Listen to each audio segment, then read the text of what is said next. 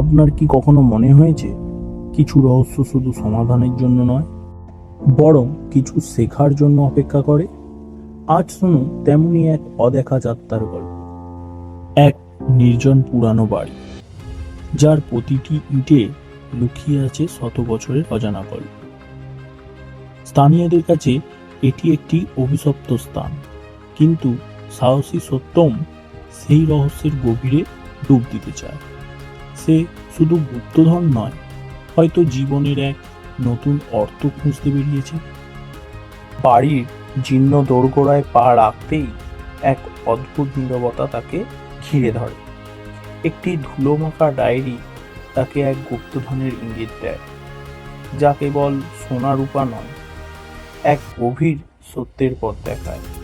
সত্যম আবিষ্কার করে আসল সম্পদ লুকিয়ে আছে ত্যাগে, অন্যের প্রতি শ্রদ্ধায়।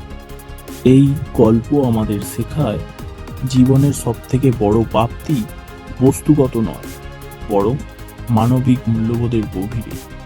প্রতিটি রহস্যের আড়ালে থাকে এক নতুন উপলব্ধি, যা আমাদের আত্মাকে সমৃদ্ধ করে। আপনার জীবনেও কি এমন কোনো অজানা পথের ডাক এসেছে? সেই ডাকে সাড়া দিন, নিজের ভেতরের সাহসকে জাগিয়ে তুলুন এবং আবিষ্কার করুন আপনার নিজস্ব সত্য। এই গল্পটি কেমন লাগলো কমেন্ট করে জানান এবং অন্যদের সাথে শেয়ার করে এই অনুপ্রেরণা ছড়িয়ে দিন।